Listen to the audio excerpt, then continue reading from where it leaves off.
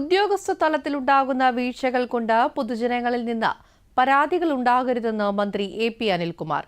Idukki collectorate conference ഹാളിൽ ചേർന്ന revenue അവലോകന യോഗത്തിന് ശേഷം വാർത്താസമ്മേളനത്തിൽ സംസാരിക്കുകയായിരുന്നു അദ്ദേഹം. അടിമാലിയിൽ മണ്ണിടിച്ചിൽ ദുരന്തത്തിൽപ്പെട്ടവർക്ക് നഷ്ടപരിഹാര തുകയായ 10 ലക്ഷം രൂപ ഓണത്തിന് മുൻപ് വിതരണം ചെയ്യുമെന്നും മന്ത്രി പറഞ്ഞു. ഇടുക്കിയിലെ സങ്കീർണമായ ഭൂപ്രശ്നങ്ങൾ പരിഹരിക്കുന്നതിന് സർക്കാർ നടപടികൾ സ്വീകരിച്ചു വരികയാണെന്നും എ.പി. അനിൽകുമാർ വ്യക്തമാക്കി. ഇപ്പോൾ കേരളത്തിൽ നെല്ല് പെൻഡിങ് ആയിട്ടുള്ളൂ 2.5 ലക്ഷം. 100 ഡേയ്സ് പ്രോഗ്രാമിൽ നമുക്ക് ഏതാണ്ട് 25,000-ഓളം ഞങ്ങൾ ഇതുവരെ ഡിക്ലെയർ ചെയ്ത് 25,000 അപേക്ഷകൾ 100 ദിവസം കൊണ്ട് തീർപ്പ് കൽപ്പിക്കും എന്ന് തീരുമാനിച്ചിട്ടുണ്ട്.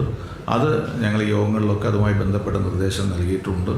നമുക്ക് 2.5 ലക്ഷം എന്ന് പറയുന്നത് വളരെ വലിയ ഒരു നമ്പറാണ്.